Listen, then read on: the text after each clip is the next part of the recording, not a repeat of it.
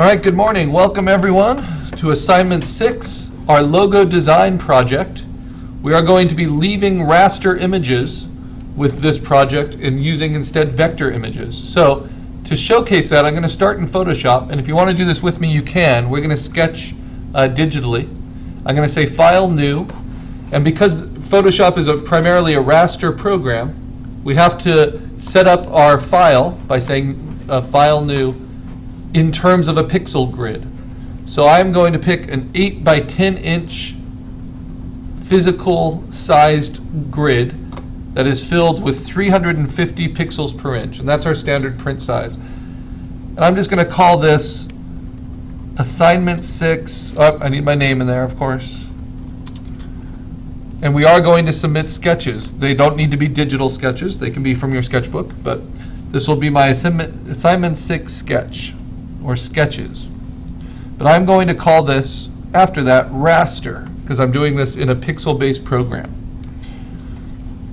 Okay, 8 by 10 inches, 350 pixels per inch. Of course, that gives you a certain number of pixels, and it's going to take up a certain amount of memory. So just blank with white as the background fill, 28 megabytes of space, just for this raster sketch. Quite a bit of space. So now I'm going to use simple tools. This is really kind of the first time we're going to use this tool. This is our brush tool. And we'll be using it a lot later on, but I can use my options just like I do for my eraser or any of the other tools we've used. I can play with the size, I can play with the hardness of the edge. I'm going to take the hardness down to about 90% or so. I'm going to use one of these two brushes, just like we do when we use our large eraser in compositing. And that allows me to use a tablet and have it be pressure sensitive. And I don't want it to get too big, so I'll leave it about there. And there's no reason for me to limit my sketch to black and white, but I might as well. I could pick a color, but I'll just do the standard black-white. And if ever you need to change your foreground and background colors to the default black and white, you do it right here with that little icon. All right, so what is our brief? What is our assignment? We are to do an Earth Day logo that is specific to you and your interest. And we're going to do it in two forms, black on white. And I'll always do this when I'm sketching for projects. I'll kind of write and label the criteria of the projects, because sometimes I'm working on a lot of things at the same time, and I like to know the criteria I need to design under. And we will do a color. Now, black on white is not the same as black and white. A lot of people interpret black and white as being a lot of grayscale and anything that can be reproduced on a photocopier. But this instead, we're basically making a logo that can be cut out of black paper, right? And so it's just black space alone. So in sketching, let me take my opacity down a little bit so it can be maybe about 50%, a little bit more like a pencil, a little bit smaller. What kind of symbols, what kind of approaches do people usually use with logos? So there are 3 dominant approaches. So I want you just to sketch quickly this way. I'm going to make 3 little boxes here.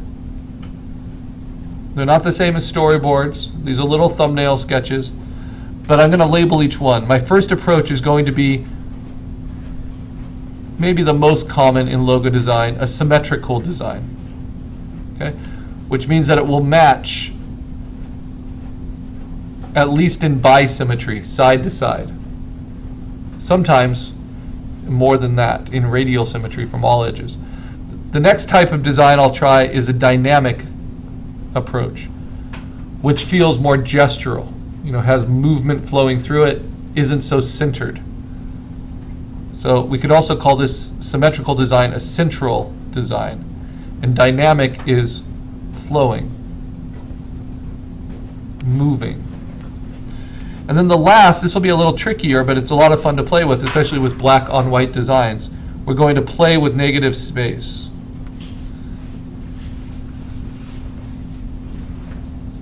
And I love sketching on the computer. I do not love writing on the computer. It always takes me longer than writing in my sketchbook. But now that that's done, so we'll discuss what playing with negative space is. Now, this can be a mashup project. So what do I mean by that? Well, as we're thinking about Earth Day logos that are good for our own portfolio, for our own interest, we might think of what logos exist already. So, for instance, Halliburton logo. It's not what you think of when you think of Earth Day, but it's a name that comes up a lot with Earth advocacy, right? The problem with Halliburton's logo is it's about as generic as possible, right? They made fun of this on that HBO show, Silicon Valley, which is a very funny show. And they came up with this company, Pied Piper, a tech company, and they were having to design a logo, and they said, for the love of God, don't just put a lowercase initial on white on a colored background, like Facebook and all the others, And that's what they ended up doing. So this is kind of the safe, very simple logo. It's not quite symmetrical, but it's definitely centered, right? So let's look at more diversity of oil logos. And sure enough, if we look at the different companies, especially we want to know the difference between what are called logo types, which is what Digital 2 is designing right now, and logos. So these, the Shell, the BP Sun, these are pure logos, which means they have no text with them, right? It's just the image that is recognizable. Whereas Exxon, Mobil, Chevron is a mix of a logo, which is sometimes just on its own, and a logo type, which is a specific type solution, a certain font design, a certain spacing, a certain color that is trademarked to symbolize and brand that company. Mobil, for instance, is only a logo type. Their logo type serves as their logo. It's like the difference between Pepsi and Coke. Coke is a logo type, Pepsi is a logo, which also has a logo type, which they don't always use. Okay, so BP is a fun one here. And when they had, the reason I looked up Halliburton to see if there's anything I might want to do with that is because I was thinking of the Deepwater Horizon oil spill that happened a few years ago. And a very fun mashup project was taking the BP disaster, because it was a well owned by BP, and Greenpeace sponsored this logo design competition where you would redesign the BP logo in various ways to kind of represent the ecological disaster that happened, from very subtle to very very strong, using imagery from the Vietnam War, and instead of holding a gun to the boy's head, a gas pump, to cute, to colorful, lots of different examples. The one I liked I think best of all of these was not the winner, but was just this. And this really showed a nice design sense. So that the sun was rising, but over the oil slick. And that the BP logo type here, just the lowercase initials, is just slightly offset. Just slightly angled, so it just looks a little off. I think that works quite well as a mashup. So you are free to do a mashup for Earth Day, and it doesn't need to be a mashup of oil companies or of Earth Day related things. If we look at some other mashups that might inspire you, some of them rely on color, like this, right?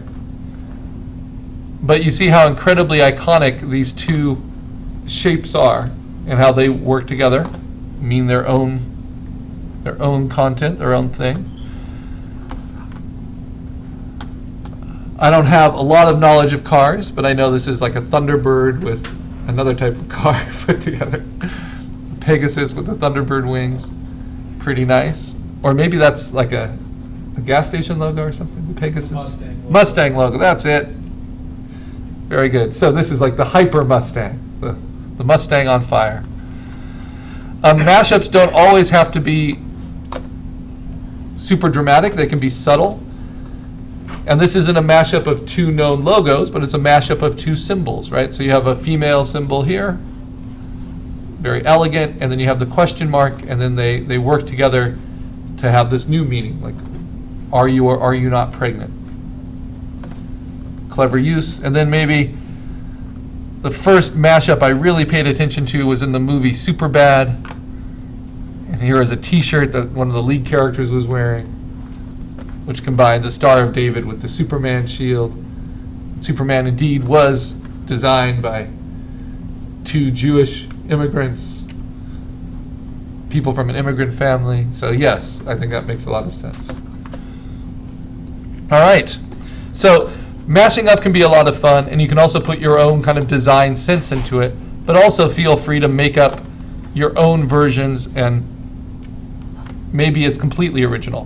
What I've chosen to do, because I want to keep my logo kind of funky, I started looking at important images that have a lot of meaning kind of packed into a simple, really clearly discernible image. Because you don't want a logo to be hard to understand. You want it to communicate directly. So tattoo design. Simple, straightforward tattoos. If you're going to brand something on your skin, you need to be pretty confident about it. So when I see people kind of sharing their tattoo designs, I take note, especially when they're simple. And from this, I kind of took this to be a little bit of an environmental tattoo. It's a cut-off stump, which kind of maybe speaks to the current generation's feeling that past generations have let them down in terms of where the planet is, and that Earth Day is only necessary because 364 days of the year, we don't pay too much attention to the health of the Earth. But it's optimistic as well, and I like optimism because it's showing these new saplings growing out of that stump, right? It reminds me of the Giving Tree book, that kind of thing. Then I saw these, and these are just two little sketchbook paintings of leaves that have a lot of interest, and they're very simple, single-colored shapes. They play with the space, and they look funky. And I thought maybe that was an interesting way to go. It's very anti-corporate, right? Kind of fuzzy logos. And so I did this little sketch where I thought, well, a leaf is a nice image. Maybe it could be a leaf and a tree at the same time. So that was a sketch I did, and then I just used my screen's camera to scan it in. And if you do that, you can use the tools within Preview, just a simple program, and you can see if you really push these sliders all the way to the middle, you can kind of see what the graphic potential is of that image. Because a black on white logo could also be white on black. It could also be yellow on white. It can be extremely versatile. It can be green on beige. So that approach might have some merit. Okay, but back to our sketch. If I know now from different things I've looked at that I want to do a leaf, well, what is my symmetrical central design going to look like? Well, it's going to look very straightforward. And whatever I do on one side, I want to balance perfectly on the other side.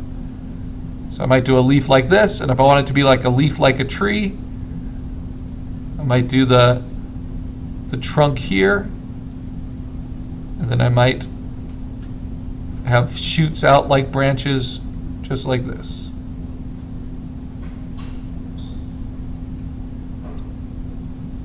And a leaf is a good simple thing to start with, I thought, because it can take on so many different shapes and yet retain its iconic character. Okay, so if I make that perfectly symmetrical, that's one very common design approach. Dynamic, what if I take that leaf and instead I flow it more like Coca-Cola's swishy logo type, and I move the eye back and forth. But then of course it's not going to look so much like a tree anymore. Right. But I could make it maybe a tree in the wind, bending. But to make a dynamic logo, you want to avoid horizontals and verticals, where I have a lot of horizontals here and a vertical here. So if I avoid those horizontals and verticals,